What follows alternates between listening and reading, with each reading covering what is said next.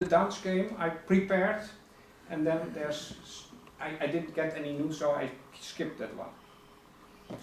So this is my, let me say, final part of showing you things, and I'm not going to go into too much depth, but since I was kind of challenged yesterday about it should look good, let me talk a little about layout, visual design, and content management. Content management was my plan anyhow, but you're completely right.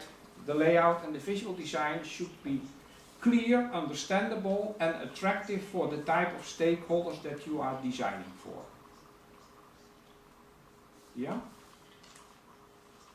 So, this is just a very small part of my course on visual design, and hopefully you can see that this type of color combinations is not very useful, right? And if you look at my sheets, my PowerPoint, you will find out I make very clear contrasts. I use very small number of colors. In my PowerPoints I use white, and if I want to stress something, I made it a little bit more thick, bold, and I use yellow, right? So just to, but some people are, I get to websites where people are playing around with these kind of things, and please don't. Another thing, be aware that, at least in most languages, this is much more difficult to read than this one. Yeah? So all capitals makes your word look like a rectangle. Non-capitals make the word stand out. The word gets its individual profile. Right? If you look at somebody from the side, you can recognize the profile. This is here. This doesn't tell me, I really need to read. And this I recognize. It's much quicker. So be careful about what some people think capitals are much clearer, they shout. No, they are much more, it takes more time to read. Okay, this is what we call a heat map. A heat map means the more red, the more time people spend looking. The more black, the less time people spend looking. This is a heat map of North Americans reading newspapers on the internet. And if they read, they start here, and they read the first part and they read here. And if you have a long list of things, this is how people scan. And hardly ever will people scan this part, unless they are really interested. If your website is about things that people are really interested, they will search and search and search till they find what they need. So the scholars will find this one. The tourist will never find something below here. Okay? So be aware of. So that if you would like to have something for school kids who don't know anything about your surroundings, give the school kid 5 choices, not 20. Because the school kid will never pick up these ones. And pictures can help. Over 60% of people that look at screens will focus on faces. Look here. Yeah, you see the heat map. And if there are 2 faces, small people will, with small faces, people will still find it. Right? So the guys here. People read the text, sure, but the faces are seen, right? So make use of that. And here they put some characters in the picture. So if you are designing for the non-experts, like for the tourists, make use of pictures of people's faces. I mean, I'm very sure the scholars will read this one. And by the way, nobody will ever buy this car. Right? So this is a waste of space. Here again, you see, look here. They look at the faces and they read the line. So now you can manipulate attention even if people are not really interested. If people are interested, they will read everything. Right? The scholar will read books full of tables, because the scholar wants to understand the tables, and the student should, because otherwise he will not pass his exam. But tourists, they look here. If one face is clearly visible, 67% of the North Americans found it and they spent 7.7 seconds on the face. This is money. If you want to sell something, this is how you can do it. This is the picture, right? So the other one, if you have two faces, 94% found. And they spend 2.5 seconds on average. Yeah? You can see how powerful it is to use this type of visual manipulation.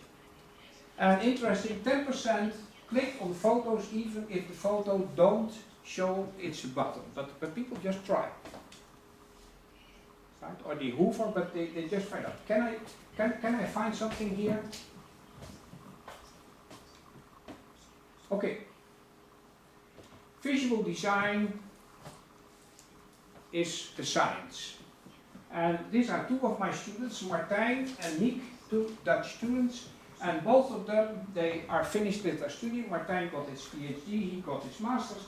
And both of them published a website on design guidelines, design patterns. Martijn van Wely, you can go there, it's free, and you find information on designing for the web. And Niek de Moel, he focuses on visual design patterns. Martijn also covers that, so there's some overlap. But if you really want to design in a way that people understand, that people can find the things you want them to find, that people don't get lost in the website, go here and go there. I will just click because it should work. So this is Martijn van Wely now. A library for interaction design. And then if you scroll, you find lots of things. So things like put your password, change your email address, lots of things. It's very rich and it's kept, maintained. Martijn adds new stuff. And if some of my current students develop a new design pattern, I always tell them, send an email to Martijn van Wely, and he puts the design pattern in his library.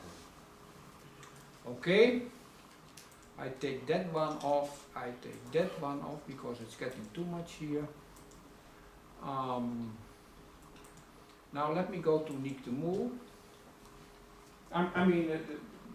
This is kind of a student's work, but he has design patterns about action panel, drop-down menus, icons, lots of things, and you can go there, and the nice thing is it helps. So I start the menu, I have to make a choice. Please, this machine is not nice to me now. Maybe I should make another choice then. I'm not sure. Oh yeah. So,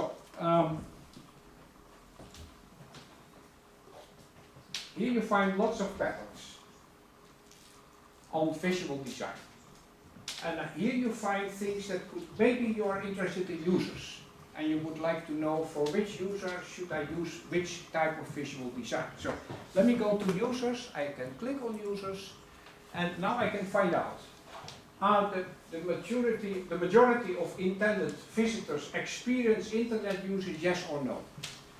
And now let me say no. In your case, you think that the people you are focusing or you're aiming your website are not really internet users. Now have a very careful look at what happens to the screen when I say no.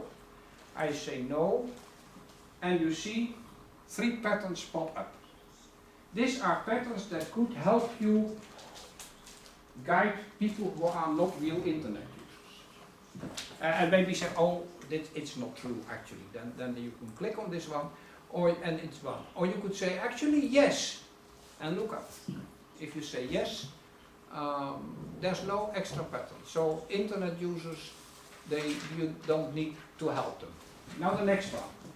Are there more than 10 events per year? If your website is for a weekly music performance, it's more than 10. If your website is for the carnival, it's once a year. Let me say there are more than 10 events per year. Let's find out. I say yes. And you see, there's now a design pattern called calendar. That makes sense, right? So now Meet the Mood tells you maybe you should put the calendar on your website. Okay, and so on, right? So this was users, but you could also categorizing. So can the pages be categorized in meaningful sections? Now, maybe you have a page on the motorway and you have pages on individual murals. You could say yes, and then you would find other patterns. And you see, there's some other patterns popping up. Color-coded and main navigation. Maybe it makes sense to use these patterns. Okay? I'm not going, you can play around, and please be aware, these patterns are suggestions. I can just say, oh, I take this one off, and then the pattern disappears, right? So you can play around and find out which patterns could be of help to you. Right? And sometimes you have different types of users, and you have some events once a year and other events every week. Find out. It's just there for your help, and you can go there. So I take it off, but these are two collections of information on visual design made for people who design for the web, and especially people who need help. Right? And the help is suggestions, like maybe this could help. It's never you should. No. It's a possibility. Sometimes there are 4 patterns that pop up, and maybe one of them makes sense for you, and maybe 3 make sense for you. Right? So it's up to you. And then I would like to show you a content management system, but I will have a break.